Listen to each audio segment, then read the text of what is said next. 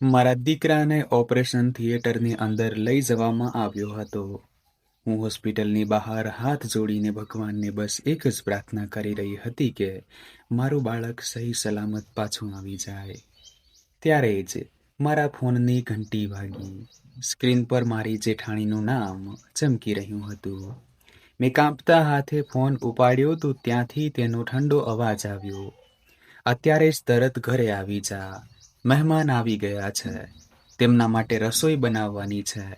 મેં રડતા રડતા કહ્યું, દીદી, મારો દીકરો ઓપરેશન થિયેટરમાં છે. ડોક્ટરે કહ્યું છે કે સ્થિતિ ગંભીર છે. પરંતુ તેણે એક ક્ષણ પણ રોકાયા વગર કહ્યું, પહેલા મહેમાન સાચવ, દીકરો પછી પણ જોઈ લેજે. તેના શબ્દો મારા છાતીમાં કોઈ તીક્ષ્ણ ધારવાળા છરીની જેમ ખૂંપી ગયા.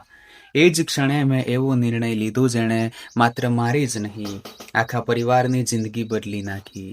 પરંતુ એ નિર્ણય સુધી પહોંચવાની વાર્તા એટલી દર્દનાક હતી કે જો હું તે દિવસે જીવી ના હોત તો કદાચ આજે કોઈને કહી પણ શકી ના હોત. મારું નામ સુમન છે. જ્યારે મારા લગ્ન આ ઘરમાં થયા હતા ત્યારે મેં ક્યારેય વિચાર્યું નહોતું કે એક દિવસ મને મારા જ બાળક અને મારા આત્મસન્માન વચ્ચે ઊભી રાખી દેવામાં આવશે. મારા મોસાળના લોકો સાધારણ હતા. પિતાજી સ્કૂલમાં ક્લાર્ક હતા અને માતા સીવણકામ કરીને ઘર ચલાવવામાં તેમને મદદ કરતી હતી. તેમણે મને હંમેશા એ જ શીખવ્યું હતું કે સંબંધો નિભાવવા માટે નમવું પડે છે, પણ એટલું પણ નહીં કે માણસ તૂટી જાય. લગ્ન પછી જ્યારે હું પહેલી વાર સાસરે પહોંચી ત્યારે બધું એક સ્વપ્ન જેવું લાગી રહ્યું હતું.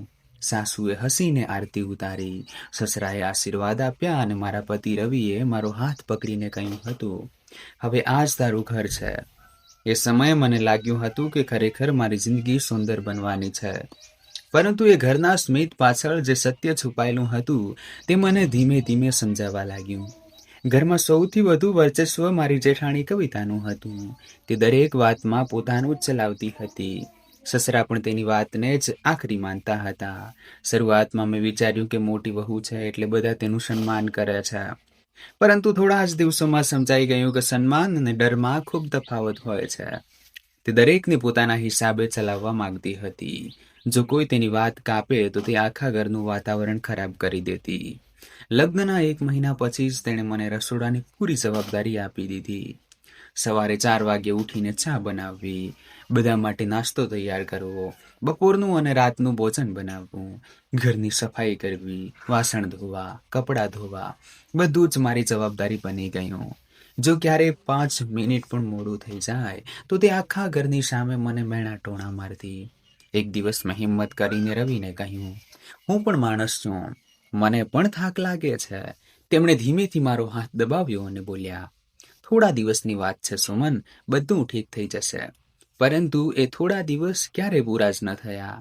ધીમે ધીમે રવિ પણ પોતાના કામમાં એટલા વ્યસ્ત થઈ ગયા કે તેમને ઘરની વાતો સાંભળવાનો સમય જ મળતો નહોતો. હું દરરોજ પોતાને સમજાવતી કે કદાચ કાલે બધું બદલાઈ જશે. પછી મારી જિંદગીમાં સૌથી મોટી ખુશી આવી. મને ખબર પડી કે હું માં બનવાની છું. મેં વિચાર્યું હતું કે હવે કદાચ ઘરવાળાઓનું વર્તન બદલાઈ જશે. પરંતુ થયું એનાથી ઉલટું. કવિતાએ કહ્યું, વહુઓ બાળક પેદા કરવાથી રાણી નથી બની જતી, કામ પહેલા જેવું જ રહેશે. હું 8 મહિનાની સગર્ભા હતી, છતાં કલાકો સુધી રસોડામાં ઊભી રહેતી હતી. એક દિવસ અચાનક મને ચક્કર આવ્યા અને હું રસોડામાં જ ઢળી પડી. મારા પેટમાં અસહ્ય દુખાવો થવા લાગ્યો. હું દર્દથી કણસી રહી હતી. પરંતુ કવિતાએ કહ્યું, આટલું પણ શું નાટક કરવું? ત્યારે સાસુએ ડોક્ટરને બોલાવવાને બદલે પહેલા ભોંયતળિયું સાફ કરાવ્યું, કારણ કે ત્યાં દૂધ ઢોળાઈ ગયું હતું. એ દિવસે પહેલીવાર મને લાગ્યું કે આ ઘરમાં મારી નહીં, માત્ર મારા કામની કિંમત છે. કોઈ પણ રીતે મારો દીકરો આરવ આ દુનિયામાં આવ્યો.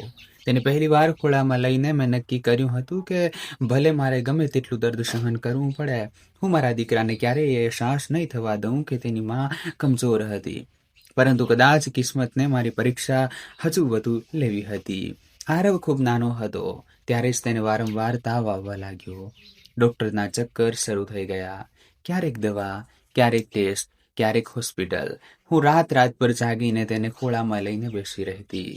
રવિ પણ પરેશાન રહેતા, પણ તેમની નોકરી એવી હતી કે રજાઓ મળવી સરળ નહોતી. ઘરમાં કોઈને મારા બાળકની તકલીફથી કોઈ ફરક નહોતો પડતો. જો હું હોસ્પિટલ જતી તો પાછી આવતા જ કવિતા પૂછતી, રસોઈ કેમ નથી બની? તેને ક્યારેય એ પણ ન દેખાતું કે મારી આંખો કેટલી રાતોથી ઊંઘી નહોતી. એક દિવસ આરવને ઝડપથી શ્વાસ લેવામાં તકલીફ થવા લાગી. ડોક્ટરે કહ્યું કે તેના દિલમાં જન્મથી જ એક સમસ્યા છે અને સમયસર ઓપરેશન કરવું જરૂરી બનશે. આ સાંભળતા જ મારા પગ તળેથી જમીન સરકી ગઈ. મને લાગ્યું જાણે મારી આખી દુનિયા અંધારામાં ડૂબી ગઈ હોય. હું હોસ્પિટલની બહાર બેસીને કલાકો સુધી રડી હતી. રવિએ મને સાચવતા કહ્યું હતું, ગમે તે થઈ જાય, આપણે આપણા દીકરાને બચાવી લઈશું. પરંતુ ઈલાજ માટે ખૂબ પૈસાની જરૂર હતી. અમે અમારી બધી જમા પૂંજી ગાંઠી લીધી. મેં મારા મોસાળથી મળેલા દાગીના પણ વેચી દીધા. રવિએ બેંકમાંથી લોન લીધી. પરંતુ ઘરવાળાઓએ એકવાર પણ એને પૂછ્યું કે અમને કોઈની મદદની જરૂર છે કે નહીં. ઉલટાનું કવિતાએ તાણો માર્યો. બાળક પેદા કરતા પહેલા વિચારવું જોઈતું હતું કે ખર્ચો કેવી રીતે ઉપડશો. તેના શબ્દો સાંભળીને મારું દિલ રડી પડ્યું, પરંતુ મેં કોઈ જવાબ ન આપ્યો. હું માત્ર મારા દીકરાને બચાવવા માંગતી હતી. ઓપરેશનની તારીખ નક્કી થઈ ગઈ. જેમ જેમ એ દિવસ નજીક આવી રહ્યો હતો, મારી ધડકનો તેજ થઈ રહી હતી. હું દર રાત્રે આરવને છાતીએ લગાડીને સૂતી અને તેના વાળમાં હાથ ફેરવતા મન હી મન ભગવાનને કહેતી, મારું આયુષ્ય પણ આને આપી દો. ઓપરેશનના એક દિવસ પહેલા મેં આખા ઘર માટે રસોઈ બનાવીને રાખી, જેથી કોઈને કોઈ પરેશાની ન થાય. મને લાગ્યું હતું કે ઓછામાં ઓછું કાલે બધા લોકો મારા દીકરા માટે પ્રાર્થના કરશે. પરંતુ એ જ રાત્રે કવિતાએ પોતાના મોસાળના લોકોને બીજા દિવસે જમવા માટે બોલાવી લીધા. મેં ધીમેથી કહ્યું, દીદી, કાલે આરવનું ઓપરેશન છે. હું સવારે હોસ્પિટલમાં હોઈશ. શું મહેમાનોને બીજા કોઈ દિવસે બોલાવી લઈએ? તેણે મારી તરફ જોયું અને હસીને બોલી, દુનિયા કોઈ એક બાળક માટે નથી રોકાતી. મહેમાનોને બોલાવ્યા છે તો રસોઈ પણ બનશે. હું આખી રાત સૂઈ ન શકી. સવારે 4 વાગે ઉઠીને મેં જલ્દી શાકભાજી કાપ્યા, લોટ બાંધ્યો, મસાલા તૈયાર કર્યા અને જેટલું થઈ શકે તેટલું પહેલાથી કામ પતાવી દીધું. પછી આરવને લઈને હોસ્પિટલ પહોંચી. તેને સ્ટ્રેચર પર લઈ જતી વખતે તેણે મારો હાથ મજબૂતીથી પકડી લીધો અને માસૂમ અવાજે પૂછ્યું, મમ્મા, હું પાછો આવી જઈશ ને? મારી આંખોમાંથી આંસુ વહી નીકળ્યા, પરંતુ મેં હસીને કહ્યું, બિલકુલ બેટા, મમ્મા અહીં જ રાહ જોશે. તે હસવાનો પ્રયત્ન કરી રહ્યો હતો, પરંતુ તેની આંખોમાં પણ ડર સ્પષ્ટ દેખાઈ રહ્યો હતો. ઓપરેશન થિયેટરનો દરવાજો બંધ થયો અને એવું લાગ્યું જાણે મારા શ્વાસ પણ એ જ દરવાજાની અંદર કેદ થઈ ગયા હોય. ત્યારે જ મારો ફોન વાગ્યો. સ્ક્રીન પર ફરી એ જ નામ હતું, કવિતા. મેં કાંપતા હાથે કોલ રિસીવ કર્યો અને તેણે આગામી કેટલીક સેકન્ડમાં જે કહ્યું, તેણે માત્ર મારા સંબંધોનો જ નહીં, મારા સમગ્ર અસ્તિત્વનો નિર્ણય કરી દીધો. તેનો અવાજ પહેલાની જેમ જ કઠોર હતો. તેણે મારો હાલચાલ પૂછ્યા વગર કહ્યું, સુમન, હજુ કેટલી વાર હોસ્પિટલમાં બેસી રહીશ? મહેમાનો આવી ગયા છે, બધા તારી રાહ જોઈ રહ્યા છે. મેં કાંપતા અવાજે કહ્યું, દીદી, હજુ આરવનું ઓપરેશન શરૂ થયું છે. ડોક્ટરે કહ્યું છે કે આગામી 4-5 કલાક ખૂબ મહત્વપૂર્ણ છે. હું ક્યાંય જઈ શકું તેમ નથી. મારી વાત પૂરી પણ નહોતી થઈ કે તેણે મોટેથી કહ્યું, તારો દીકરો એકલો જ દર્દી નથી. ડોક્ટર એમનું કામ કરશે. અહીં ઘરે મહેમાનો ભૂખ્યા બેઠા છે. અત્યારે જ તરત આવ અને રસોઈ બનાવ. મેં પહેલી વાર તેને કહ્યું, ના, હું નહીં આવી શકું. સામે છેડે થોડી ક્ષણો માટે શાંતિ છવાઈ ગઈ. પછી તેનો અવાજ વધુ ઠંડો થઈ ગયો. સારું, જો આજે તું ન આવી તો આ ઘરમાં પાછા આવવાની જરૂર પણ નથી. તેણે ફોન કાપી નાખ્યો. મારો હાથ કાપી રહ્યો હતો. હું કેટલીક સેકન્ડ સુધી મોબાઈલની સ્ક્રીન સામું જોઈ રહી. એવું લાગી રહ્યું હતું જાણે મારા કામમાં તેના શબ્દો હથોડાની જેમ વાગી રહ્યા હોય. ત્યારે જ રવિ મારી પાસે આવ્યા. તેમણે મારો ચહેરો જોયો અને પૂછ્યું, શું થયું? મેં તેમને બધું કહી દીધું. થોડી ક્ષણ સુધી તેઓ ચૂપ રહ્યા. પછી બોલ્યા, તું ચિંતા ન કર, અત્યારે આપણું દીકરો સૌથી પહેલા છે. પરંતુ હું રવિની આંખોમાં પણ ડર જોઈ રહી હતી. ડર માત્ર દીકરાનો જ નહોતો, ડર એ ઘરના વાતાવરણનો પણ હતો. જી હા, દરેક વાતનો નિર્ણય કવિતા કરતી હતી. સમય જાણે રોકાઈ ગયો હતો. ઓપરેશન થિયેટરની લાલ બત્તી સતત ચાલુ હતી. દર વખતે જ્યારે કોઈ ડોક્ટર અંદર જતા કે બહાર આવતા, મારું દિલ જોરથી ધડકવા લાગતું. ત્યારે જ એક નર્સ બહાર આવી અને બોલી, દર્દીના સગામાંથી કોણ છે? હું દોડીને તેની પાસે પહોંચી. તેણે કહ્યું, ડૉક્ટરે કેટલીક જરૂરી દવાઓ તરત મંગાવી છે. હું એક ક્ષણ પણ ગુમાવ્યા વગર મેડિકલ સ્ટોર તરફ ભાગી. દવાઓ લઈને પાછી ફરી તો જોયું કે રવિ કોઈની સાથે ફોન પર બહેસ કરી રહ્યા હતા. તેમણે ફોન મૂક્યો તો તેમનો ચહેરો પડી ગયો હતો. મેં પૂછ્યું, શું થયું? તેમણે ધીમા અવાજે કહ્યું, મમ્મીનો ફોન હતો. કહેતી હતી કે જો તું ઘરે નહીં જાય તો બધા સગા સંબંધીઓ સામે તેમની ખૂબ બેઇજ્જતી થઈ જશે. હું થોડી ક્ષણ તેમને જોઈ રહી. મને સમજાતું નહોતું કે એક મા માટે પોતાના પુત્રના જીવ કરતાં સગા સંબંધીઓની ઇજ્જત કેવી રીતે મોટી હોઈ શકે. મારી આંખોમાંથી આંસુ વહેવા લાગ્યા. મેં મન હી મન વિચાર્યું, શું ખરેખર હું આ ઘરની વહુ છું કે માત્ર એક કામ કરવાવાળી સ્ત્રી? ત્યારે જ મને કેટલાક વર્ષો જૂની એક ઘટના યાદ આવી ગઈ. લગ્નના 6 મહિના પછી પહેલી વાર મોસાળમાં મારી નાની બહેનની સગાઈ હતી. મમ્મીએ ખૂબ પ્રેમથી કહ્યું હતું, બેટા 2 દિવસ પહેલા આવી જજે. મેં ખુશી ખુશી ઘરે વાત કરી, પરંતુ કવિતાએ ચોખ્ખી ના પાડી દીધી. તેણે કહ્યું, આપણા ઘરમાં આવતા અઠવાડિયે પૂજા છે, કામ કોણ કરશે? મેં સમજાવવાનો પ્રયત્ન કર્યો કે પૂજામાં હજુ વાર છે, હું પાછી આવી જઈશ. પરંતુ તેણે બધાની સામે કહ્યું, પિયર આટલું જ વહાલું હોય તો ત્યાં જ જતી રહે. આ ઘરમાં રહેવાની જરૂર નથી. એ દિવસે મેં ચૂપચાપ મારી બહેનની સગાઈ છોડી દીધી હતી. રાત્રે મમ્મીનો ફોન આવ્યો હતો. તેમનો અવાજ ભરાઈ આવ્યો હતો. તેમણે કહ્યું, કાંઈ વાંધો નહીં બેટા, તું ખુશ રહેજે. મેં ફોન કાપતા જ ઓશિકામાં મોં છુપાવીને ખૂબ રડી હતી. પરંતુ એ દિવસે પણ કોઈએ મારા આંસુ નહોતા જોયા. આજે હોસ્પિટલમાં બેઠેલી એ જ યાદ મારા છાતીમાં ફરીથી તાજી થઈ ગઈ. ત્યારે જ ઓપરેશન થિયેટરનો દરવાજો થોડો ખુલ્યો. ડૉક્ટર થોડી વાર માટે બહાર આવ્યા. હું દોડીને તેમની પાસે પહોંચી. તેમણે કહ્યું, ઓપરેશન ધારણા કરતાં વધુ અઘરું છે. અમને થોડો વધુ સમય લાગશે. બસ તમે હિંમત રાખો. તેમના ગયા પછી મારા પગમાં જાણે તાકાત જ ન રહી. હું ત્યાં જ ખુરશી પર બેસી ગઈ. ત્યારે જ ફરી ફોન વાગ્યો. આ વખતે સાસુનો ફોન હતો. મેં રિસીવ કર્યો. તેમણે કહ્યું, વહુ, કવિતા સાચું કહી રહી છે. સગા સંબંધીઓ ઘરે આવ્યા છે. તું જલ્દી ઘરે આવી જા. મેં રડતા રડતા કહ્યું, સાસુજી, મારું બાળક અંદર છે. તેમણે જવાબ આપ્યો, બાળકને ડૉક્ટર જોઈ રહ્યા છે. મહેમાનોને કોણ જોશે? જો લોકો ભૂખ્યા જશે તો અમારી નાક કપાઈ જશે. આટલું કહીને તેમણે પણ ફોન મૂકી દીધો. એક ક્ષણે મને પહેલી વાર અહેસાસ થયો કે કદાચ આ ઘરમાં મારું બાળક માત્ર મારું જ છે. બાકી કોઈના માટે તે માત્ર એક જવાબદારી હતો, સંબંધ નહીં. મેં ભગવાનની મૂર્તિ તરફ જોયું જે હોસ્પિટલના કોરિડોરમાં લાગેલી હતી. મેં હાથ જોડીને કહ્યું, જો આજે મારો દીકરો બચી જશે તો હું મારી જિંદગી બદલી નાખીશ.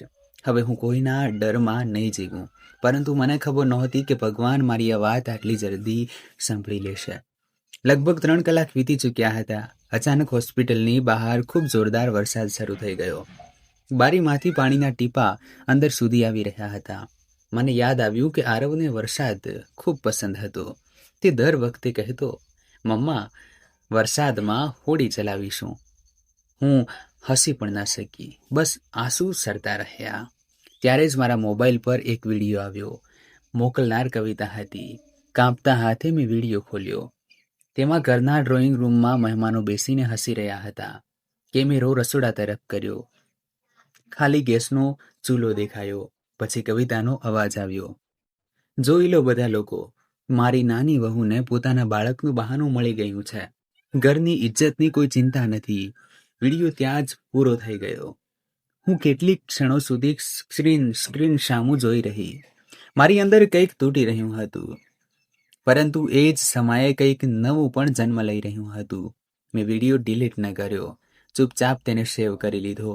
મને પોતાને પણ ખબર નહોતી કે મેં આવું કેમ કર્યું. ત્યારે જ હોસ્પિટલના સ્પીકર પર એક એનાઉન્સમેન્ટ થઈ. દર્દી આરવના સગાઓ તરત કોરિડોર વોર્ડની બહાર આવે. મારી ધડકન જાણે રોકાઈ ગઈ. હું અને રવિ દોડી પડ્યા. ડૉક્ટર બહાર આવ્યા. તેમના ચહેરા પર ગંભીરતા હતી. તેમણે કહ્યું, ઓપરેશન હજુ પૂરું નથી થયું, પરંતુ વચ્ચે એક મોટી મુશ્કેલી આવી ગઈ હતી. કેટલીક સેકન્ડ મને માટે અમને લાગ્યું હતું કે તેમણે પોતાની વાત અધૂરી છોડી દીધી. મારો શ્વાસ અટકી ગયો. મેં કાંપતા અવાજે પૂછ્યું, ડૉક્ટર, મારો દીકરો ઠીક તો છે ને? ડૉક્ટરે મારી તરફ જોયું, પરંતુ જવાબ આપે તે પહેલાં તેમની નજર અચાનક પાછળ ઊભેલી એક મહિલા પર ગઈ. મેં ફરીને જોયું તો ત્યાં કવિતા ઊભી હતી. હું હેરાન રહી ગઈ. હજુ થોડીવાર પહેલાં તો તે ઘરે મહેમાનો વચ્ચે હતી. તે હોસ્પિટલ કેવી રીતે પહોંચી ગઈ? તેના ચહેરા પર ગભરાટ હતો, પરંતુ આંખોમાં કંઈક એવું હતું જે હું સમજી જ નહોતી શકતી. તેણે મને જોઈને નજરો ઝુકાવી લીધી. એક ક્ષણે મારા મનમાં એક સવાલ વીજળીની જેમ કોંધ્યો. જે સ્ત્રી અત્યાર સુધી મને ઘરે બોલાવવા માટે મજબૂર કરી રહી હતી, તે અચાનક હોસ્પિટલ કેમ આવી ગઈ? અને સૌથી મોટી વાત, તેના હાથમાં જે ફાઇલ હતી, તેને જોઈને ડૉક્ટરનો ચહેરો અચાનક કેમ બદલાઈ ગયો? મને બિલકુલ અંદાજ નહોતો કે એ ફાઇલમાં એવું શું હતું. ડૉક્ટરે તરત તેને કહ્યું, તમે મારી સાથે આવો. હું અચરજથી બંનેને જોઈ રહી. મારા મનમાં એક જ સવાલ ઘૂમી રહ્યો હતો કે આખરે એ ફાઇલમાં એવું શું છે જે ડૉક્ટર મને જણાવ્યા વગર કવિતા સાથે વાત કરવા માંગતા હતા. મેં આગળ વધીને પૂછ્યું, ડૉક્ટર, શું વાત છે? મારો દીકરો ઠીક તો છે ને? ડૉક્ટર થોડી ક્ષણ રોકાયા, પછી બોલ્યા, અત્યારે ગભરાશો નહીં. અમારે કેટલાક મેડિકલ કાગળોની ચકાસણી કરવાની છે. આટલું કહીને તેઓ કવિતાને પોતાની કેબિન તરફ લઈ ગયા. મારું દિલ એટલી ઝડપથી ધડકી રહ્યું હતું કે મને મારી પોતાની ધડકનો સંભળાઈ રહી હતી. રવિએ મને સાચવવાનો પ્રયત્ન કર્યો, પરંતુ તેમની હથેળીઓ પણ પરસેવાથી ભીંજાયેલી હતી. લગભગ 15 મિનિટ પછી ડૉક્ટર બહાર આવ્યા. તેમણે કહ્યું, ઓપરેશન ચાલુ છે. અત્યારે કંઈ પણ કહેવું ઉતાવળ ગણાશે. તમે લોકો ધીરજ રાખો. હું તેમની આંખોમાં કંઈક છુપાયેલું અનુભવી રહી હતી, પરંતુ એ સમયે મારા માટે સૌથી જરૂરી માત્ર મારો દીકરો હતો. મેં ભગવાનનું નામ લીધું અને ફરીથી ખુરશી પર બેસી ગઈ. સમય જાણે દરેક મિનિટે મારી પરીક્ષા લઈ રહ્યો હતો. ત્યારે જ મારા મોબાઈલ પર મારા મૂછાળમાંથી મમ્મીનો ફોન આવ્યો.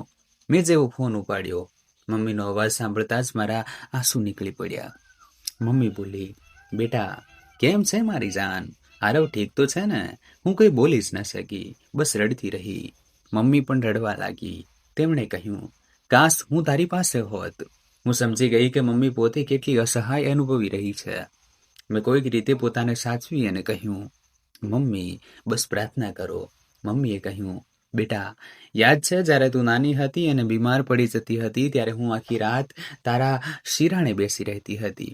આજે હું મારી દીકરી પાસે પણ નથી આવી શકતી. તેમની વાત સાંભળીને મારું બાળપણ આંખો સામે રમી ગયું. મને યાદ આવ્યું જ્યારે મને 10મા ધોરણની પરીક્ષા પહેલા સખત તાવ આવી ગયો હતો, ત્યારે મમ્મીએ 3 રાત જાગીને મારી સેવા કરી હતી.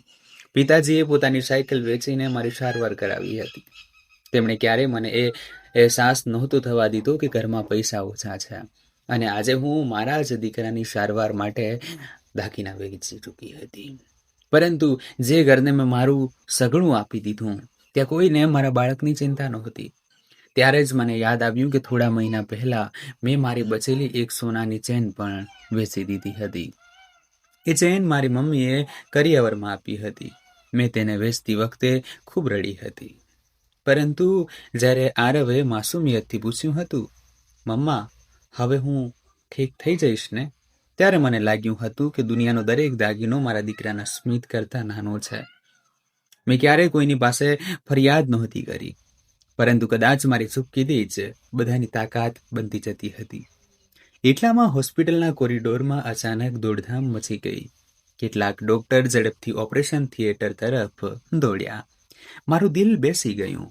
મેં એક નર્સનો હાથ પકડીને પૂછ્યું, શું થયું? તેણે ઉતાવળમાં બસ આટલું જ કહ્યું, ઇમરજન્સી છે, અને તે અંદર જતી રહી. મારી આંખો સામે અંધારા છવાવા લાગ્યા. મેં દિવાલનો ટેકો લીધો. રવિએ મને પકડી લીધી. તેમણે પોતે પણ ભગવાનનું નામ લેવાનું શરૂ કરી દીધું. લગભગ 20 મિનિટ સુધી કોઈ સમાચાર ન મળ્યા. દરેક સેકન્ડ મને 1 વર્ષ જેવી લાગી રહી હતી. પછી ઓપરેશન થિયેટરની લાલ બત્તી બંધ થઈ. દરવાજો ખુલ્યો. ડૉક્ટર બહાર આવ્યા. તેમના ચહેરા પર થાક હતો. હું દોડીને તેમની સામે પહોંચી. તેમણે માસ્ક હટાવ્યું અને ધીમા અવાજે કહ્યું, ઓપરેશન સફળ રહ્યું છે, પરંતુ આગામી 48 કલાક ખૂબ મહત્વપૂર્ણ છે. આ સાંભળતા જ હું ત્યાં જ ભોંયતળીએ બેસી ગઈ. મારી આંખોમાંથી આંસુ સતત વહી રહ્યા હતા. મેં પહેલી વાર રાહતનો શ્વાસ લીધો. હું ભગવાનને લાખ લાખ આભાર માનવા લાગી. ત્યારે જ મારી નજર કવિતા પર પડી. તે થોડી દૂર ઊભી હતી. તેના ચહેરા પર સ્મિત નહોતું, બલકે તે બેચેન લાગી રહી હતી, જાણે તેને કોઈ બીજી જ વાતની ચિંતા હોય. મેં વિચાર્યું કદાચ તેને પણ આરવની ચિંતા હશે, પરંતુ આગલી જ ક્ષણે તેણે મારી પાસે આવીને ધીમા અવાજે કહ્યું, હવે ઓપરેશન તો થઈ ગયું, ચાલો ઘરે જઈએ. મહેમાનો હજી પણ બેઠા છે. તેની વાત સાંભળીને મને લાગ્યું જાણે કોઈએ ફરી મારા ઘા પર મીઠું વપરાવ્યું હોય. મેં પહેલી વાર તેની આંખોમાં આંખો ભરીને કહ્યું, હું ક્યાંય નહીં જાઉં. મારો દીકરો માનમાં આવ્યા વગર હું આ હોસ્પિટલમાંથી એક ડગલું પણ બહાર નહીં મૂકું. તેણે ગુસ્સાથી કહ્યું, ઠીક છે. પછીથી એવું ન કહેતી કે મેં સમજાવી નહોતી. આટલું કહીને તે ઝડપથી જતી રહી. હું તેને જતી જોઈ રહી. એ સમયે મને ખબર નહોતી કે તેની બેચેનીનું કારણ મહેમાનો નહીં, કંઈક બીજું જ હતું. બીજા દિવસે આરવને આઈસીયુમાં જોવાની પરવાનગી મળી. હું જેવી અંદર ગઈ, તેને મશીનો સાથે જોડાયેલો જોઈને મારું કાળજું કાંપી ગયું. તેના નાના નાના હાથમાં સોય વાગેલી હતી. ચહેરો ફીકો પડી ગયો હતો. મેં તેનો હાથ પકડીને ધીમેથી કહ્યું, મમ્મા આવી ગઈ બેટા. તેની બંધ પાંપણોમાં ખૂણામાંથી એક આંસુ બહાર નીકળ્યું. ડોક્ટરે કહ્યું, તેણે તમારો અવાજ ઓળખી લીધો છે. હું ફૂટી ફૂટીને રડી પડી. એ જ સમયે મેં મન હી મન એક નિર્ણય લીધો. જો મારો દીકરો ઠીક થઈ જશે તો હું તેને ક્યારેય એવા વાતાવરણમાં મોટો નહીં થવા દઉં જ્યાં ઇન્સાનિયત કરતાં દેખાડાની કિંમત વધુ હોય. પરંતુ આ નિર્ણય લેવો જેટલો સરળ હતો, તેને નિભાવવો એટલો જ મુશ્કેલ બનવાનો હતો. 3 દિવસ પછી આરવની હાલત પહેલા કરતાં સારી થઈ અને અમને હોસ્પિટલમાંથી રજા મળવાની આશા દેખાવા લાગી. ત્યારે જ રવિના ફોન પર બેંકનો કોલ આવ્યો. તેમણે વાત કરી અને તેમનો ચહેરો પડી ગયો. મેં પૂછ્યું, શું થયું? તેમણે કહ્યું, કોઈએ આપણી લોન સાથે જોડાયેલી કેટલીક માહિતી બેંકમાં બદલવાનો પ્રયત્ન કર્યો છે. હું ચોંકી ગઈ. આવું કોણ કરી શકે? આપણા બધા દસ્તાવેજો તો ઘરની અલમારીમાં રાખેલા હતા. એ જ અલમારીની ચાવી અવારનવાર કવિતા પાસે પણ રહેતી હતી. મારા મનમાં શંકાની એક નાની તણખો સળગ્યો, પરંતુ મેં તેને ત્યાં જ દબાવી દીધો. પુરાવા વગર હું કોઈના પર આરોપ મૂકવા નહોતી માંગતી. એ જ સાંજે જ્યારે હું દવાઓ લેવા નીચે ગઈ, ત્યારે હોસ્પિટલના કાફેટેરિયા પાસે મને 2 લોકોનો ધીમો અવાજ સંભળાયો. એમાંથી એક અવાજ કવિતાનો હતો. તે કોઈને કહી રહી હતી, બસ થોડા દિવસ અંકુશ રાખો, એના પછી બધું આપોઆપ મારા નામે થઈ જશે. હું થંભી ગઈ. તે કોની સાથે વાત કરી રહી હતી અને શું તેના નામે થવાનું હતું? હું આગળ વધું એ પહેલાં તે ફરી અને મારી નજર તેની સાથે મળી ગઈ. તેણે તરત ફોન કાપી નાખ્યો અને હસીને બોલી, અરે સુમન, તું અહીં? તેના ચહેરાનું એ બનાવટી સ્મિત પહેલી વાર મને ડરાવવા લાગ્યું. તેણે એવું વર્તન કર્યું જાણે કંઈ થયું જ ન હોય, પરંતુ તેના ફોન પર બોલાયેલા શબ્દો વારંવાર મારા કાનમાં ગુંજતા હતા. બસ થોડા દિવસો, એના પછી બધું આપોઆપ મારા નામે થઈ જશે. હું લાખ પ્રયત્ન કરી રહી હતી કે એ વાતને નજરઅંદાજ કરી દઉં, પરંતુ એક માનું દિલ અને એક તરછોડાયેલી વહુનો અનુભવ મને વારંવાર સાવધાન રહેવા કહી રહ્યો હતો. હું ચૂપચાપ પાછી આઈસીયુની બહાર આવી ગઈ. આરવને કાચની પેલે પાર સૂતેલો જોઈને મેં મારી જાતને કહ્યું, અત્યારે મારી પહેલી ફરજ મારો દીકરો છે. બાકીના સવાલોના જવાબ પછી શોધીશ. આગામી 2 દિવસ ધીમે ધીમે વીત્યા. ડોક્ટરે કહ્યું કે જોખમ મોટા ભાગે ટળી ચૂક્યું છે, પરંતુ હજુ ખૂબ સાવચેતી રાખવી પડશે. આ સાંભળીને મારા દિલને થોડી રાહત મળી. હોસ્પિટલમાંથી રજા મળવાના દિવસે મેં વિચાર્યું હતું કે કદાચ ઘરે પહોંચવા પર વાતાવરણ બદલાઈ જશે. આખરે આટલા મોટા સંકટ પછી લોકો સંબંધોની કિંમત સમજે છે. પરંતુ અમે જેવા ઘરે પહોંચ્યા, દરવાજા પર કોઈએ આરતી પણ ન ઉતારી. સાસુએ બસ આટલું જ કહ્યું, આવી ગયા, અને પછી રસોડા તરફ ઈશારો કરીને બોલ્યા, 2 દિવસથી ઘરનું ભોજન સરખું નથી બન્યું. આજે રાતનું ભોજન તું જ સંભાળી લેજે. હું થોડી ક્ષણ સુધી તેમને જોઈ રહી. મારો દીકરો હજુ ઓપરેશનના ટાંકા સાથે ખોળામાં હતો, છતાં તેમને મારી થાક ન દેખાઈ. મેં કંઈ પણ કહ્યા વગર આરવને રૂમમાં ઊંઘાડી દીધો. ત્યારે જ કવિતા રૂમમાં આવી. તેણે ચારે બાજુ જોયું અને ધીમે અવાજે બોલી, હોસ્પિટલમાં ખૂબ ખર્ચો થઈ ગયો હશે, નહીં? મેં કહ્યું, હા, પણ ભગવાનની કૃપાથી મારો દીકરો બચી ગયો. એ જ સૌથી મોટી વાત છે. તે હસી, પણ તેના સ્મિતમાં આપુડાપણું હતું. તેણે કહ્યું, ખર્ચા તો હજુ બીજા પણ થશે. જોઈએ છીએ ક્યાં સુધી સાચવી શકે છે. તેના ગયા પછી મને તેની દરેક વાતમાં કોઈ છુપાયેલો મતલબ અનુભવવા લાગ્યો. એ જ રાત્રે હું કબાટમાંથી આરવની મેડિકલ ફાઇલ કાઢી રહી હતી, ત્યારે મારી નજર નીચે રાખેલા દસ્તાવેજો પર પડી. બેંકના કેટલાક કાગળો આડાઅવળા હતા. મેં તેમને ધ્યાનથી જોયા તો અહેસાસ થયો કે કોઈએ તેમને પહેલાથી જ ખોલીને જોયા છે. મેં રવિને પૂછ્યું, શું તે આ ફાઇલ કાઢી હતી? તેમણે કહ્યું, ના. પછી અમે બંને એકબીજાનો ચહેરો જોવા લાગ્યા. ઘરમાં એ કાગળો સુધી પહોંચ માત્ર પરિવારના લોકોની જ હતી. મારા મનની શંકા વધુ ઘેરી બની ગઈ, પરંતુ હજુ પણ મારી પાસે કોઈ નક્કર પુરાવો નહોતો. બીજા દિવસે સવારે હું રસોડામાં હતી ત્યારે ડ્રોઈંગ રૂમમાંથી સાસુ સસરા અને કવિતાના ધીમા અવાજો આવવા લાગ્યા. હું જેવી પાણી લઈને બહાર નીકળી, બધા અચાનક ચૂપ થઈ ગયા. મેં અનુભવ્યું કે મારી હાજરીમાં કેટલીક વાતો જાણી બૂજીને છુપાવવામાં આવી રહી છે. એ જ સાંજે પડોશના શારદા આંટી મને મળવા આવ્યા. તેમણે આરવને આશીર્વાદ આપ્યા અને જતી વખતે ધીમેથી મારા હાથ પર હાથ મૂકીને બોલ્યા, બેટા, દરેક પળ આંખ બંધ કરીને ભરોસો ન કરતી. ઘરની દિવાલોને પણ કાન હોય છે. હું કંઈ પૂછું એ પહેલાં જ તેઓ જતા રહ્યા. તેમના શબ્દો મારા મનમાં વસી ગયા. આખરે તેઓ મને કઈ વાતનો ઇશારો કરી રહ્યા હતા? થોડા દિવસો પછી રવિ ફરી નોકરી પર જવા લાગ્યા. ઘરની આર્થિક હાલત ખૂબ ખરાબ થઈ ચૂકી હતી. લોનના હપ્તા, દવાઓનો ખર્ચ અને રોજિંદો ખર્ચ, બધું મળીને પરિસ્થિતિ મુશ્કેલ હતી. મેં નિર્ણય કર્યો કે હું ઘરે બેઠા સીવણકામ શરૂ કરીશ. મારા મોસાળમાં મમ્મીએ મને સીવણકામ શીખવ્યું હતું. મેં જૂના ગ્રાહકોનો સંપર્ક કર્યો અને ધીમે ધીમે નાના નાના ઓર્ડર મળવા લાગ્યા. પહેલી કમાણીના ₹500 જ્યારે મેં આરવના ઓશિકા નીચે રાખ્યા, ત્યારે મારી આંખોમાંથી આંસુ નીકળી ગયા. મને લાગ્યું કે કદાચ ભગવાન મને નવો રાહ બતાવી રહ્યા છે. પરંતુ મારી આ નાની સરખી શરૂઆત પણ કવિતાને પસંદ ન આવી. તેણે સાસુને કહ્યું, હવે બહુ કમાવા લાગી છે તો કાલે માથે પણ ચડી જશે. એ જ દિવસે મારા સીવેલા કેટલાક તૈયાર કપડાં અચાનક ગાયબ થઈ ગયા. મેં આખું ઘર ભેદી માર્યું, પરંતુ તે ન મળ્યા. ગ્રાહકો વારંવાર ફોન કરી રહ્યા હતા. મારી બદનામી થઈ રહી હતી. રાત્રે હું રડી રહી હતી ત્યારે જ પાડોશની એક નાની બાળકી મારી પાસે આવી. તેણે ધીમેથી કહ્યું, આંટી, મેં તમારા કપડાવાળી બેગ અગાસીવાળા સ્ટોર રૂમમાં જોઈ છે. હું તરત ત્યાં ગઈ. સચમુચ મારી બેગ ત્યાં જ પડી હતી. કોઈએ જાણી બૂજીને તેને છુપાવી હતી. મેં કોઈને કંઈ ન કહ્યું, પરંતુ હવે મને ખાતરી થઈ ગઈ કે કોઈ મને દરેક પગલે નિષ્ફળ બનાવવા માંગતું હતું. મેં ચૂપ રહેવાને બદલે પુરાવા ભેગા કરવાનો નિર્ણય કર્યો. એ જ દિવસે મેં મારા જૂના મોબાઈલને ચાર્જ કર્યો અને તેને કબાટની ઉપર એવી રીતે મૂકી દીધો જેથી રૂમનો અવાજ રેકોર્ડ થઈ શકે.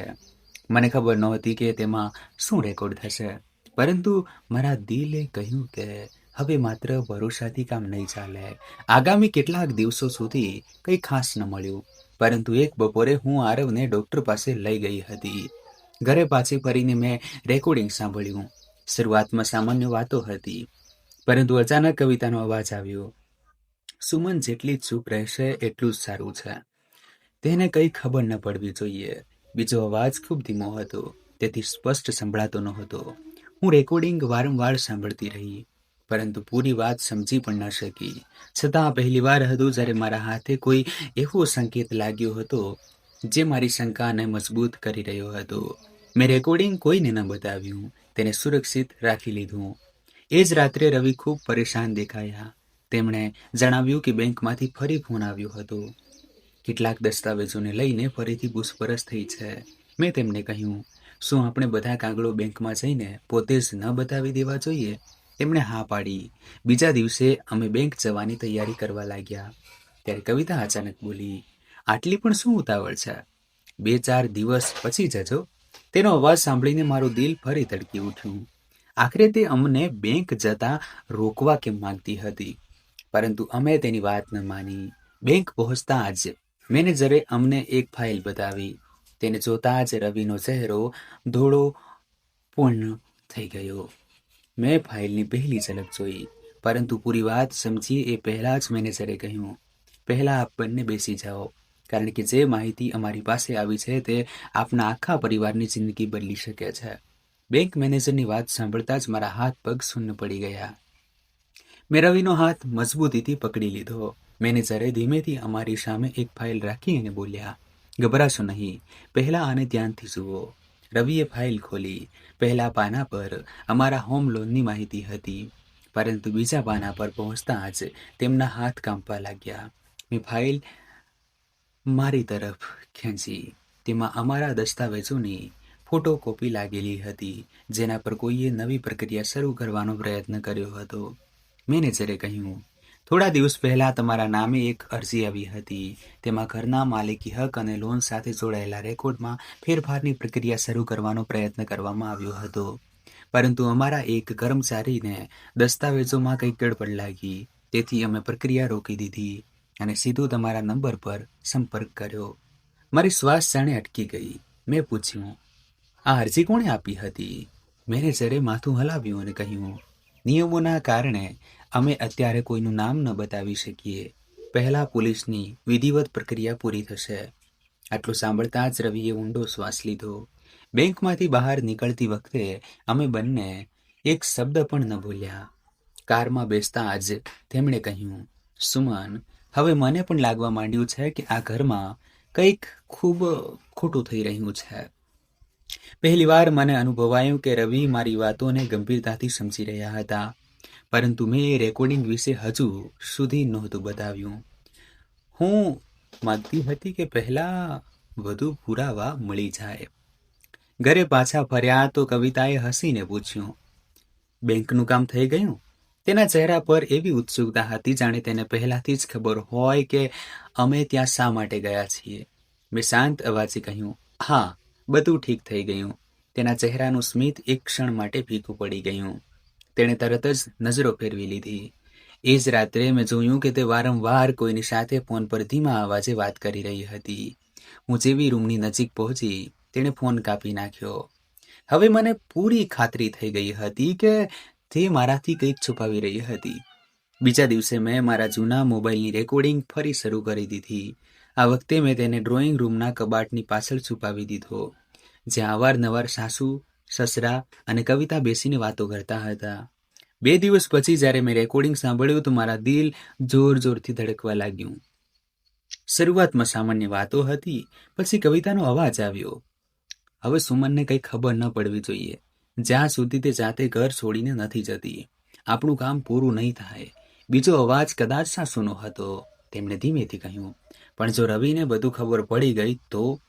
કવિતા બોલી, એને હું સંભાળી લઈશ. તે હંમેશા લાગણીઓમાં વહી જાય છે. મેં રેકોર્ડિંગ સાંભળતા જ મોબાઈલ બંધ કરી દીધો. મારી આંખોમાંથી આંસુ નીકળી પડ્યા. હું સમજી નહોતી શકતી કે આખરે એ લોકો મારી સાથે શું ઈચ્છતા હતા. મેં બધી રેકોર્ડિંગ એક પેન ડ્રાઈવમાં સેવ કરી લીધી. એ સાંજે હું આરવને દવા આપીને ઊંઘાડી રહી હતી ત્યારે તેણે માસુમિયતથી પૂછ્યું, મમ્મા, આપણે ક્યાંક બીજે ઘરે રહેવા કેમ નથી જતા? અહીં બધા હંમેશા તમને કેમ વઢે છે? તેના આ નાનકડા સવાલે મારી અંદર વર્ષોથી દબાયેલા દર્દને બહાર લાવી દીધું. મેં તેને છાતીએ લગાડી લીધો અને કહ્યું, બેટા, ખૂબ જલ્દી બધું ઠીક થઈ જશે. પરંતુ સત્ય એ હતું કે મને પોતાને ખબર નહોતી કે આગળ શું થવાનું છે. બીજા દિવસે રવિવાર હતો. પરિવારના બધા લોકો ઘરે જ હતા. હું રસોડામાં હતી ત્યારે અચાનક બહારથી મોટો અવાજ આવવા લાગ્યો. સાસુ અને કવિતા કોઈ વાત પર બહેસ કરી રહ્યા હતા. હું બહાર આવી તો બંને મને જોઈને ચૂપ થઈ ગયા. ત્યારે જ સસરા બોલ્યા, સુમન, તને જેટલું કહેવામાં આવે એટલું જ કર્યા કર. વધારે સવાલો પૂછવાની આદત સારી નથી હોતી. તેમની વાત સાંભળીને મને સમજાઈ ગયું કે હવે તેમને પણ મારા બદલાતા વર્તનનો અહેસાન થઈ ચૂક્યો છે. પહેલાં હું દરેક વાત ચૂપચાપ સહન કરી લેતી હતી, પરંતુ હવે હું દરેક વસ્તુ ધ્યાનથી જોઈ રહી હતી. એ જ રાત્રે મારા ફોન પર એક અજાણ્યા નંબરથી કોલ આવ્યો. મેં રિસીવ કર્યો. સામેથી એક પુરુષનો અવાજ આવ્યો, જો તારા દીકરા અને પતિનું ભલું ઈચ્છતી હોય તો અત્યારે જે જોઈ રહી છે તે જોવાનું બંધ કરી દે. વધારે સત્ય જાણવાનો પ્રયત્ન ન કરતી. હું કંઈ પૂછું એ પહેલાં જ કોલ કપાઈ ગયો. મારા હાથ કાંપવા લાગ્યા. મેં તરત એ નંબર પર ફોન લગાવ્યો, પરંતુ ફોન બંધ હતો. મેં આ વાત રવિને બતાવી. તેમણે કહ્યું, હવે આ વાત ખૂબ આગળ વધી ચૂકી છે, આપણે પોલીસ સાથે વાત કરવી જોઈએ. પરંતુ મારા મનમાં એક ડર હતો. જો પૂરા સત્ય વગર અમે પગલું ભરીએ તો કદાચ પુરાવા ભૂંસી નાખવામાં આવે. મેં રવિને કહ્યું, બસ થોડી વધુ રાહ જોઈએ. મને લાગે છે કે સત્ય જાતે જ આપણી સામે આવવાનું છે. બીજા જ દિવસે એક એવી ઘટના બની જેણે બધું બદલી નાખ્યું.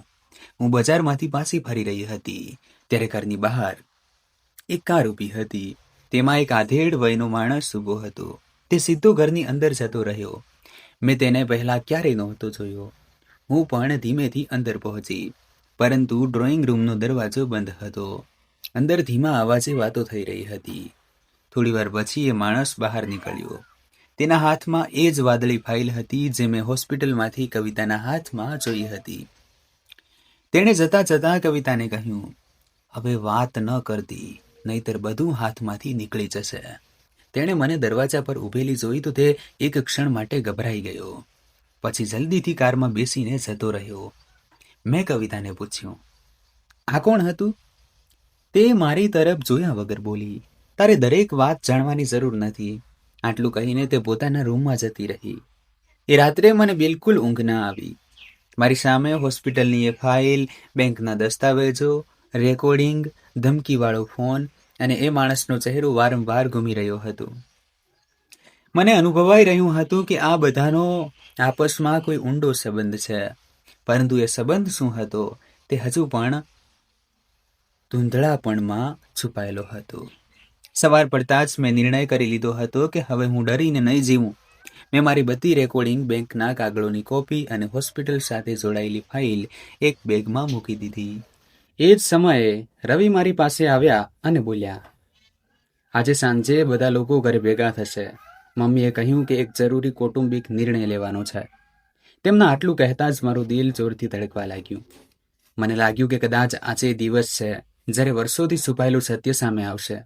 પરંતુ મને એ ખબર નહોતી કે એ બેઠકમાં માત્ર એક રહસ્ય નહીં ખુલે, બલ્કિ એક એવું સત્ય સામે આવશે જે આખા પરિવારનો પાયો હલાવી દેશે. સાંજે બરાબર 6 વાગ્યે ડ્રોઈંગ રૂમમાં આખા પરિવારને બોલાવી લેવામાં આવ્યો. સાસુ, સસરા, કવિતા, તેના પતિ, રવિ અને હું. બધા એક જ રૂમમાં બેઠા હતા. આરવ મારી પાસે સોફા પર ચૂપચાપ બેઠો હતો. તેના ઓપરેશનના ટાંકા હજુ પૂરી રીતે રૂઝાયા પણ નહોતા. રૂમમાં અજીબ સન્નાટો હતો. ત્યારે સસરાજીએ ગંભીર અવાજે કહ્યું, આજે આ ઘરનો એક મોટો નિર્ણય કરવાનો છે. મેં તેમની તરફ જોયું. મારા મનમાં ડર પણ હતો કે આજે વર્ષોથી દબાયેલું સત્ય બહાર આવવાનું છે. મારી સાસુએ મારી તરફ જોઈને કહ્યું, સુમન, જો તને આ ઘરના નિયમો પસંદ ન હોય તો તું અલગ જ થઈ શકે છે. ઘરમાં રોજ રોજનો તણાવ હવે વધુ નહીં ચાલે. હું કંઈ બોલું એ પહેલા કવિતા ઊભી થઈ ગઈ. તેણે કહ્યું, પિતાજી, આના પહેલા કોઈ કંઈ બીજું કહે, હું સ્પષ્ટ રીતે કહી દેવા માંગુ છું કે આ ઘરની બધી મુશ્કેલીઓનું કારણ સુમન છે. જ્યારથી આ આવી છે ઘરમાં શાંતિ નથી રહી. આ બધાની વિરુદ્ધ વાતો કરે છે, આપણા પર શંકા કરે છે અને હવે તો બેંક સુધી પહોંચી ગઈ. તેની વાત સાંભળીને હું હસી પડી. કદાચ પહેલી વાર મારા ચહેરા પર ડર નહોતો. મેં ધીમેથી કહ્યું, દીદી, આજે હું પણ કંઈક કહેવા માંગુ છું. કવિતાએ તોછડાઈથી કહ્યું, હા હા બોલ, આજે તારું પણ સાંભળી લઈએ છીએ. મેં મારી બેગ ખોલી અને તેમાંથી પેન ડ્રાઈવ કાઢીને રવિ તરફ લંબાવી દીધી. મેં કહ્યું, પહેલા આને સાંભળી લો. રવિએ ટીવી સાથે પેન ડ્રાઈવ જોડી. રૂમમાં રેકોર્ડિંગ વાગવા લાગી. થોડી સેકન્ડ સામાન્ય અવાજ આવ્યો. પછી કવિતાનો અવાજ સ્પષ્ટ સંભળાયો. હવે સુમનને કંઈ ખબર ન પડવી જોઈએ, જ્યાં સુધી તે જાતે ઘર છોડીને નથી જતી. આપણું કામ પૂરું નહીં થાય. પછી બીજી રેકોર્ડિંગ વાગી, જેમાં તે કહી રહી હતી કે રવિને હું સંભાળી લઈશ, એને કંઈ સમજતા નહીં આવડે. રૂમમાં સન્નાટો છવાઈ ગયો. સાસુનો ચહેરો સાવ પડી ગયો. કવિતા ગભરાઈ ગઈ. તેણે તરત કહ્યું, આ જૂઠ છે, કોઈએ એડિટ કર્યું છે. મેં ગુસ્સે થયા વગર બેંકના કાગળો સામે મૂકી દીધા. પછી બોલી, જો આ પણ જૂઠ છે તો બેંકના આપણા દસ્તાવેજોમાં ફેરફાર કરવાનો પ્રયત્ન કેમ કર્યો? અને હોસ્પિટલમાં તમારા હાથમાં એ જ ફાઇલ કેમ હતી? કવિતાના ચહેરાનો રંગ ઉડી ગયો હતો. ત્યારે જ રવિએ પહેલી વાર ગુસ્સામાં પૂછ્યું, કવિતા ભાભી, સત્ય શું છે? હવે કોઈ જૂઠ ન બોલતા. થોડી ક્ષણ સુધી રૂમમાં કોઈ અવાજ ન આવ્યો. પછી કવિતાની આંખોમાંથી આંસુ નીકળવા લાગ્યા. તેણે ખુરશી પર બેસતા કહ્યું, હા, મેં ભૂલ કરી છે, પરંતુ હું એકલી નહોતી. આ સાંભળતા જ સૌની નજર તેના પર તરફ ટકી ગઈ. તેણે કાંપતા અવાજે કહ્યું, છેલ્લા 2 વર્ષથી આપણા બિઝનેસમાં ખૂબ નુકસાન થઈ રહ્યું હતું. આપણા પર દેવું વધી ગયું હતું. જો પૈસા ન મળત તો આપણું ઘર વેચાઈ જાત. એ જ સમયે કોઈએ સલાહ આપી કે જો રવિના હિસ્સાવાળું ઘર અને સંપત્તિ આપણા નામે થઈ જાય તો બેંકમાંથી નવી લોન મળી શકે છે. એટલા માટે અમે ધીમે ધીમે દસ્તાવેજો ભેગા કરવાનું શરૂ કર્યું. હું સ્તબ્ધ થઈ ગઈ. તેણે આગળ કહ્યું, અમે ઈચ્છતા હતા કે સુમન જાતે જ કંટાળીને ઘર છોડી દે. એટલા માટે મેં દરરોજ એનું અપમાન કર્યું, એને એકલતા અનુભવાવી, એના દરેક પ્રયત્નને નિષ્ફળ બનાવ્યો. સીવણના કપડાં પણ મેં જ છુપાવ્યા હતા. બેંકના કાગળો પણ મેં જ કઢાવ્યા હતા. હોસ્પિટલવાળી ફાઇલ પણ એ જ કામની હતી. મને લાગ્યું જાણે મારા પગ નીચેથી જમીન સરકી ગઈ. પરંતુ સૌથી મોટો આંચકો હજુ બાકી હતો. મેં પૂછ્યું, અને જે દિવસે મારો દીકરો ઓપરેશન થિયેટરમાં હતો એ દિવસે પણ? કવિતા ફૂટી ફૂટીને રડવા લાગી. તેણે માથું નમાવીને કહ્યું, હા, એ દિવસે પણ હું ઈચ્છતી હતી કે તું હોસ્પિટલ છોડીને ઘરે આવી જા. જો તું ઘરે આવત તો એ દિવસે કેટલાક દસ્તાવેજો પર તારા હસ્તાક્ષર કરાવવાની યોજના હતી. તને બતાવવામાં આવત કે એ હોસ્પિટલ અને વીમા સાથે જોડાયેલા કાગળો છે, પરંતુ અસલમાં એ સંપત્તિ સાથે જોડાયેલા દસ્તાવેજો હતા. આ સાંભળતા જ મારા હાથ શૂન્ય પડી ગયા. મેં મારા દીકરાને મજબૂતીથી છાતીએ લગાડી દીધો. જો એ દિવસે હું હોસ્પિટલ છોડીને જતી રહી હોત તો કદાચ આ બધું પૂરું થઈ ગયું હોત. ત્યારે જ રવિ ગુસ્સામાં ઊભા થઈ ગયા. તેમણે પહેલી વાર આખા પરિવારની સામે કહ્યું, બસ, હવે ખૂબ થઈ ગયું. જે સ્ત્રીએ મારા દીકરાની જિંદગી કરતાં મોટો લાલચ સમજ્યો તે હવે આ ઘરમાં માન સન્માનની હકદાર નથી. સાસુ અને સસરા બંને રડવા લાગ્યા. સસરાએ કાંપતા અવાજે કહ્યું, સુમન, અમને માફ કરી દે. અને હંમેશા કવિતાની વાતો પર ભરોસો કર્યો. અમે ક્યારેય તારી તકલીફ સમજવાનો પ્રયત્ન પણ ના કર્યો. મેં તેમની તરફ જોયું. મારા મનમાં વર્ષોનું દર્દ હતું, પણ ધિક્કાર નહોતો. મેં ધીમેથી કહ્યું, માફ કરવું સરળ છે, પણ જે વિશ્વાસ તૂટી જાય છે તેને જોડતા ખૂબ સમય લાગે છે. એ જ સમયે દરવાજા પર ઘંટી વાગી. બેંકના અધિકારી અને પોલીસના 2 કર્મચારીઓ અંદર આવ્યા. બેંક પહેલાથી જ શંકાસ્પદ દસ્તાવેજોની ફરિયાદ નોંધાવી ચૂકી હતી. પૂછપરછ થઈ. જે દસ્તાવેજોમાં ગડબડ કરવાનો પ્રયત્ન કરાયો હતો તે બધા સામે આવી ગયા. કાયદાએ પોતાનું કામ શરૂ કરી દીધું. મેં કોઈની પાસે બદલો લેવાનો પ્રયત્ન ન કર્યો. મેં માત્ર સત્ય કહ્યું. આગળનો નિર્ણય કાયદા પર છોડી દીધો. થોડા મહિના પછી રવિએ શહેરના એક બીજા વિસ્તારમાં ભાડાનું નાનું ઘર લઈ લીધું. અમે નિર્ણય કર્યો કે હવે અમે અમારી જિંદગી પોતાના દમ પર શરૂ કરીશું. ઘર નાનું હતું પણ તેમાં મેણા ટોણા નહોતા. રસોડું નાનું હતું પણ તેમાં અપમાન નહોતું. પૈસા ઓછા હતા પણ મનમાં શાંતિ હતી. મેં સીવણકામ ફરીથી શરૂ કર્યું. ધીમે ધીમે મારું કામ વધવા લાગ્યું. પછી મેં ઓનલાઈન ઓર્ડર લેવાના પણ શરૂ કર્યા. કેટલાક વર્ષોમાં મેં એક નાનું બુટીક ખોલી દીધું. રવિએ પણ મહેનતથી પોતાનું દેવું ચૂકવવાનું શરૂ કરી દીધું. આરવ પૂરી રીતે સ્વસ્થ થઈ ગયો. જ્યારે પહેલી વાર તે સ્કૂલની દોડમાં જીત્યો અને મેડલ લઈને મારા ગાલ પર લગાડ્યો, ત્યારે મને લાગ્યું કે ભગવાને મારી દરેક રાતના આંસુઓનો જવાબ આપી દીધો છે. બીજી તરફ સમયે પોતાનો નિર્ણય પોતે જ સંભળાવી દીધો. કવિતાનો લાલચ તેને ક્યાંયનો ન મૂકી શક્યો. દેવું છતાં ન ઉતર્યું. સગા સંબંધીઓની સામે જેની ખોટી ઇજ્જત બચાવવા માટે તેણે ઇન્સાનિયત ખોઈ દીધી હતી, એ જ સગા સંબંધીઓ મુશ્કેલ સમયમાં તેની સાથે ન ઊભા રહ્યા. જે લોકો માટે તેણે સંબંધો તોડ્યા એ જ લોકો તેનાથી દૂર થઈ ગયા. સાસુ સસરા પણ ઉંમર સાથે સમજી ગયા કે ઘર કામથી નહીં, આપ્ત જનતાથી ચાલે છે. એ દિવસ તેઓ અમારા નવા ઘરે આવ્યા. સાસુએ આરવને ગળે લગાડીને રડતા રડતા કહ્યું, બેટા, અમને માફ કરી દે. મેં તેમના માટે ચા બનાવી. મારા મનમાં બદલાની આગ નહોતી, કારણ કે મેં શીખી લીધું હતું કે સૌથી મોટો જવાબ બદલો લેવો નહીં, પણ આત્મસન્માન સાથે જીવાયેલી જિંદગી હોય છે. આજે જ્યારે હું પાછળ ફરીને જઉં છું તો સમજાય છે કે એ દિવસે હોસ્પિટલની બહાર ઊભી રહીને મેં જે નિર્ણય લીધો હતો તે મારી જિંદગીનો સૌથી સાચો નિર્ણય હતો. જો હું મારા દીકરાને છોડીને ઘરે જતી રહી હોત તો કદાચ હું મારું બાળક પણ ખોઈ બેસત, મારું આત્મસન્માન પણ અને મારું ભવિષ્ય પણ.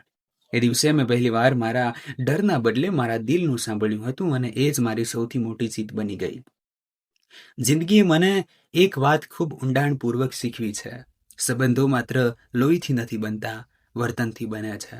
જે ઘરમાં માણસની કિંમત તેના કામથી વધારે નથી હોતી, ત્યાં દિવાલો તો ઊભી રહે છે, પણ પરિવાર ધીમે ધીમે તૂટી જાય છે. માતા પિતા હોય, વહુ હોય, દીકરો હોય કે કોઈ પણ સંબંધ હોય, સન્માન સૌથી મોટી મૂડી છે. લાલચ થોડા સમય માટે માણસને જીવતો બનાવી શકે છે, પણ અંતમાં એ જ લાલચ તેની ઊંઘ, એનું સન્માન અને પોતાના લોકોને છીનવી લે છે. ઈમાનદારીનો રસ્તો કઠિન જરૂર છે, પણ તેની મંજિલમાં શાંતિ હોય છે. આત્મસન્માન ક્યારેય કોઈ સંબંધની કિંમતે ન છોડવું જોઈએ. અને સૌથી મોટી વાત, કોઈ મા માટે એનું બાળક દુનિયાના દરેક રિવાજ, દરેક દેખાડા અને દરેક સામાજિક ઇજ્જતથી વધીને હોય છે. જો એ દિવસે હું સમાજના ડરમાં આવી ગઈ હોત તો જિંદગીભર મારી જાતને માફ ન કરી શકી હોત. એટલા માટે જો તમારી જિંદગીમાં પણ ક્યારેય એવો સમય આવે જ્યારે એક તરફ અન્યાય હોય અને બીજી તરફ તમારું આત્મસન્માન, તો ડરીને ચૂપ ના રહો, ધીરજ રાખો, સત્યનો સાથ આપો અને સારા કર્મ કરતા રહો. સમય વાર જરૂર લગાડે છે, પણ કોઈની સાથે થયેલા અન્યાયનો હિસાબ અધૂરો નથી છોડતો. અંતમાં જીત એની જ થાય છે જેણે કઠિન રસ્તો પસંદ કર્યો પણ ઇન્સાનિયત ન છોડી.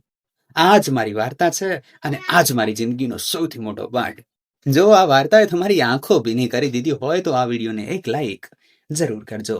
કોમેન્ટમાં લખો, માથી વધીને કોઈ નથી. જો તમે આવી જ દિલને સ્પર્શી જાય તેવી સંબંધોની સચ્ચાઈ અને ભાવનાત્મક વાર્તાઓ જોવાનું પસંદ કરો છો તો આપણી ચેનલને સબસ્ક્રાઇબ કરો અને બેલ આઇકન દબાવવાનું બિલકુલ ન ભૂલતા. મળીએ આગામી વાર્તામાં. ત્યાં સુધી તમારું અને પોતાના લોકોનું ધ્યાન રાખજો. Please subscribe this channel. ધન્યવાદ.